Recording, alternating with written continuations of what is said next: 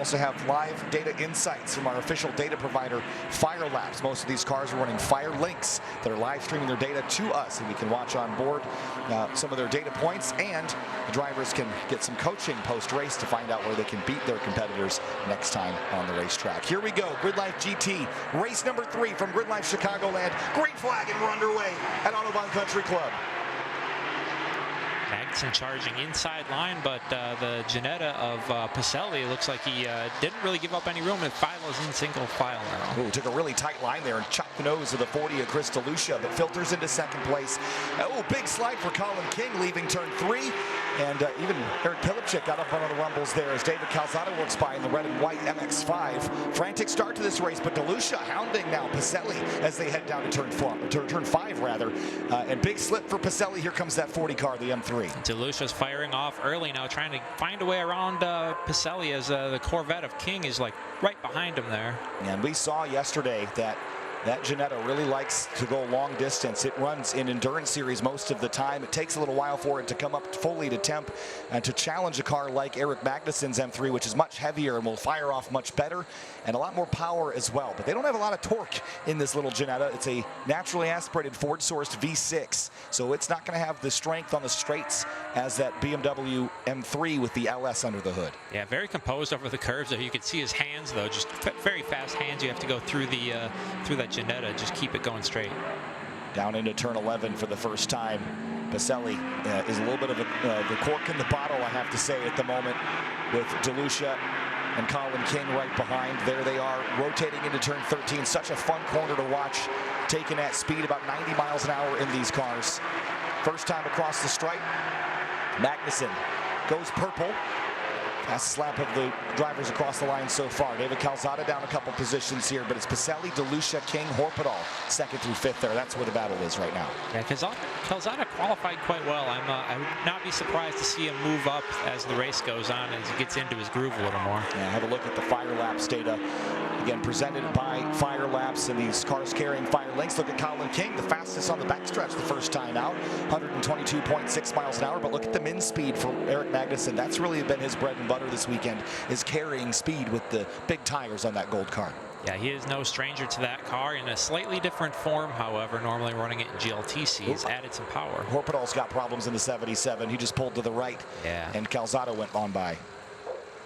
It's unfortunate there. Hans has been nursing various issues. He said he was on the dyno yesterday.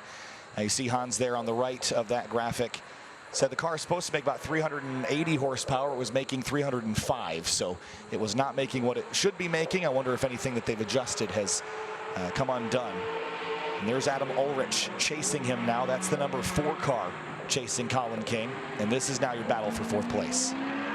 King losing a bit of distance to DeLucia there, and is now going to be under attack from Ulrich very soon.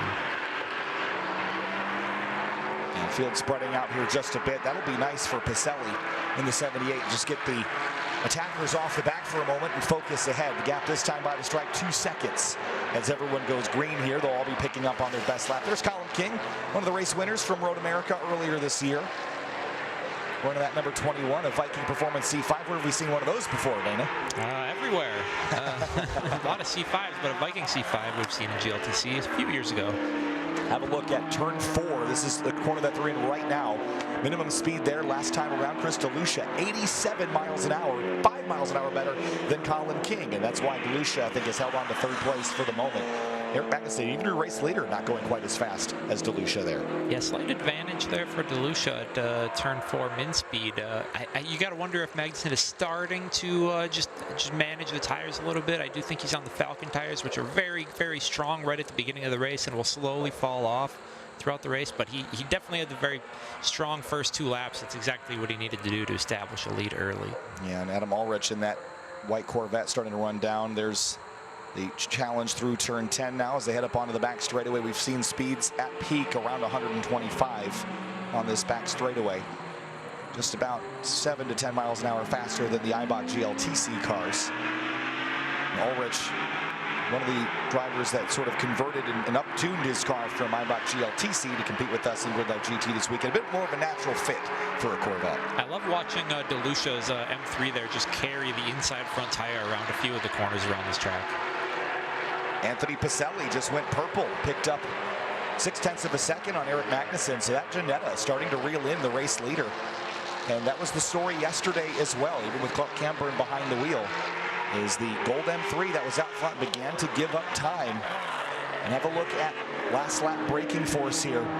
Look is at the bottom of that, 1.17 G for Eric Magnussen and 1.43 G for Colin King in that Viking Corvette. So different braking performance here. I wonder if that's where Pacelli is gaining though on Magnussen. We saw that yesterday going into turn 8, how much more that Ginetta can carry speed into corners. And we'll watch onboard here with the onboard camera courtesy of Clark Camburn and Apex. Watch this braking here. The Ginetta certainly very strong on the brakes. You can see it gather a few car lengths closer towards Magnussen as they go through the turn 9 and 10 complex here, as they would call it, the patience corner. Got to stay all the way to the right side to set yourself up for an excellent run down the back straight towards turn 11. And I love watching the hands here inside this Ginetta. Anthony Pacelli catching up to speed here again. Earlier in the weekend, it seemed like Camburn had slightly more pace, but now they're running lap times that are relatively the same as what they were with Camburn in the car. And look how much calmer and smoother the hands are. Remember how much that car was sliding around yesterday, even in the dry? It's much more gripped up today. They must have made some changes that have dialed this thing in a little further. Yeah, just getting experience on this specific track and this weather conditions as well. Going to treat them well. And here we go. Another pickup for Pacelli, another best lap for Pacelli, 1.2 seconds back now. Yeah, I don't know that a Ginetta's ever won anything in grid life competition before. We don't see them very much. So this would be potentially, I guess you could call it a historic day. A new manufacturer winning in grid life competition. Look at the gain there through turn 4. That Ginetta gripped up. The difference in size of these cars really can't be overstated. That M3 is a big boy. And look at that. Best lap delta about 1/10 better. That's all it takes, though. You can chip away at the advantage. I think the problem for Pacelli is going to be that Magnussen is faster going into 11, which is really the primary passing opportunity at this track. Maybe Pacelli's better opportunity is turn 1, Dana? Turn 1 can certainly get it done here. It'll be, it just depends on where he is able to catch him. If he's able to stay on him except for turn 11, then there'll be multiple opportunities. He's right on him going through, oh, looks inside for turn 10, but not a great place to do it. Magnussen's going to get a way better run into turn 11. Yeah, maybe got a little greedy there. Got a little closer and took a look up the inside, and it wasn't close enough to actually take a look just yet. Still 7 minutes on the board, so about halfway left in this race. That Ginetta is quicker than the M3. A little slip there, though, through turn 11. We saw the Ginetta of Camburn do the exact same move. I think it was on the last lap of race number 2. Maybe just trying to put a nose in there and see if Magnussen will actually leave the door open. But he doesn't fall for it. He knows that the car's not going to be there, and he gets a really good run down the back straight and defends. Yeah, the gap didn't change all that much. It was a slight gain for Magnussen that time through, but the best lap for Pacelli still remains the best lap of anyone so far. And they can't really finagle too much up here, because Chris DeLucia's right there in the mix as well. And have a look. Magnussen and DeLucia, identical cornering force last time around to the left, probably at turn 4 or 5, negative 1.41 Gs on 200 Treadwear street tires. Yeah, it's, that's very interesting. I wonder, too, if the best lap by Pacelli there is happening later in the race, and Magnussen hasn't been able to retake that. I wonder if he is having a bit of a tire temperature issue. He's starting to fall off while the Ginetta comes into life. That certainly could be the case. I just also love seeing, you know, the Magnussen's car has been so good in the corners this week, and seeing it reflected on the Fire Laps data is so cool to me. And again, those Fire links on board these cars giving us live data insights and uploading all this information to their Fire Laps accounts. They can look at it directly after, see all their speed traces and G-forces and things, and the AI coach will give them insights on whether they need to brake later, sooner, throttle earlier, that sort of thing. And Magnussen was looking at it after qualifying, and it had told him in practice to brake earlier to maximize his corner exit speed. He did just that one pole and went on to win race 2 yesterday, so he's learned a little bit himself. He was even surprised at, because he hadn't really looked too deep into it, but sort of subconsciously followed the advice and ended up faster. Yeah, absolutely. I was looking at some data with some time attack drivers yesterday night, and they were able to pick up some time this morning, so that's always a good feeling. Yeah, so Pacelli, again, his best lap is a 1:29.932, and last time by, gained another 10th on Magnussen, just chipping away at it there. But I think, you know, maybe the opportunity at turn 10 that he was hoping for wasn't to pass Magnussen, but was to sort of take away his apex to prevent that good run onto the backstretch.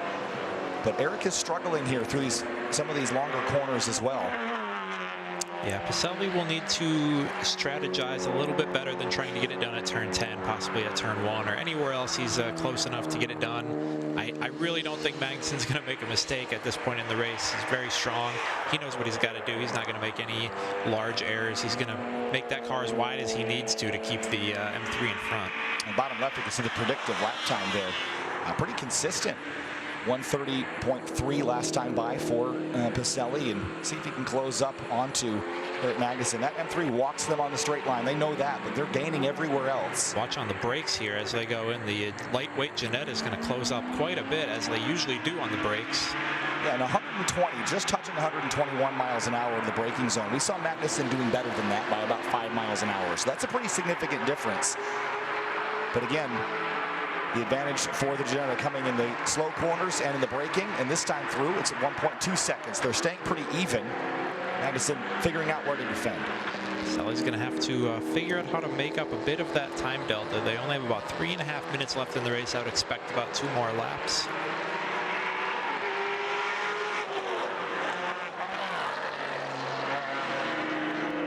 Yeah, I think you're all right on the money with that. And though we've been looking at best lap delta there, look at the last lap delta. This will tell us more of a story of which driver is finding time when.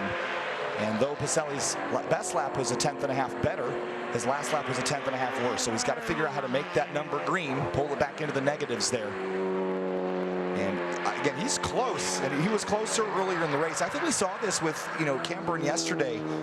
The car seemed to perform less and less good on the straight line at the end of the race. I'm not sure if that was a heat-related issue or if it was an issue at all. Just maybe my perception was that because they were so close to the car ahead by that point. It could be just a tire issue as well. When the tires are, getting hotter at the end of the race, they might not be able to put the power down as early. Corner exit. So watch the speed again, bottom left of the screen here. See about 120 miles an hour at 119.5.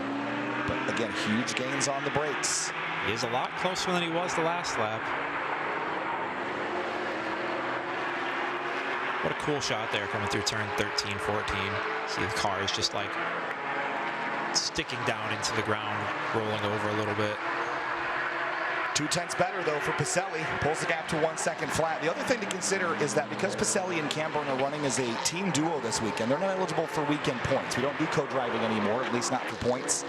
So that will take them out of the contention for the weekend trophies.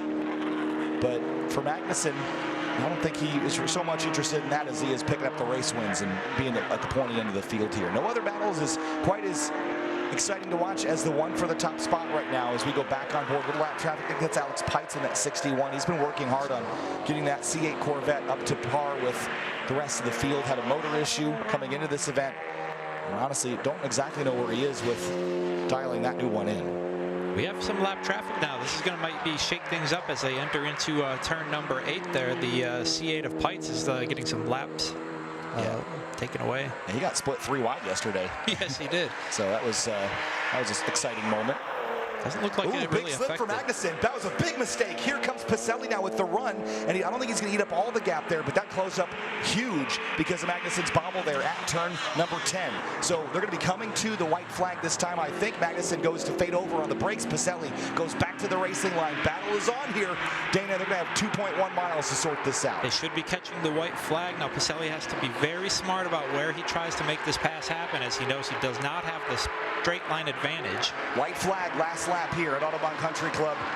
Going down into turn 1. Pacelli, 4/10 back, hounding Eric Magnussen. Can he make Magnussen force another mistake here and steal this win for the Camburn Performance Engineering Ginetta? Exactly like we saw in race number 2. The Ginetta's coming alive at the last part of the race here. This is probably the most pressure Magnussen has had on him the entire race so far as they go through turn 4. And just for reference, again, Magnussen's best speeds now are only about 121 miles an hour, so that's only a mile an hour or so faster than the Ginetta. Colin King still the quickest on the straights in that C5 Corvette. But now, heading into the last couple of sectors, big wiggle there, Pacelli. Maybe got those rear tires a little hot now in pursuit of this M3. He just needs another mistake like that. Ooh, that car seems like it's really struggling now. And big slide for Pacelli. That car is angry here at the end of this race. He is pushing very hard. Magnussen has done a fantastic job trying to grow that lead to any bit more, and Pacelli has nothing for him as they go through turn number 10. Advantage now Magnussen as they go down the back straight. And these two have stolen the show this weekend. And Eric Magnussen tuning up the car from Eibach GLTC trim to join us in GRIDLIFE GT this weekend. He won his first race ever in GRIDLIFE competition back at Midwest Festival in June, but here in September. For the second race in a row, out of 3 races this weekend, Eric Magnussen holds off the Ginetta from Canberra Performance Engineering and wins GRIDLIFE GT race number 3. And you have to give Pacelli a lot of credit there. He was really wrestling that car at the very end of the thing. I think that's the best showing we've seen from Pacelli this weekend. That was some great driving. That was fantastic. And that car, up until the very end, looked a lot smoother that time around. And I love the fact that this is a right-hand drive car for the Ginetta, because you can stick your fist out the window and almost high five. Chris DeLucia picks up 3rd, Colin King 4th, and Adam Ulrich in 5th. King was catching DeLucia there near the end. It was only about a 7/10 gap. Yeah, needed a little more time. But the rest of the field making their way back around. Jordan Wisely comes across the stripe. Matt Cater, you see bottom of the screen, he's making his way around. That car, I think, it's run a little bit better in GRIDLIFE Touring Cup trim than it has in GLGT trim. But they've been fighting some issues with it this weekend and making it work. We'll have a look here at our race results for GRIDLIFE GT Race 3, because we've got to sign off here for lunch, I think, coming up next. But have a look at this. GRIDLIFE GT Race 3, Eric Magnussen, Anthony Pacelli, Chris DeLucia. 1, 2, and 3. Very, very fun fight to watch. Then King and Ulrich there. Calzada and Wisely in the Hyundai Veloster N. Pilipchik, Cater, and Pites, the rest of your top 10, Dana.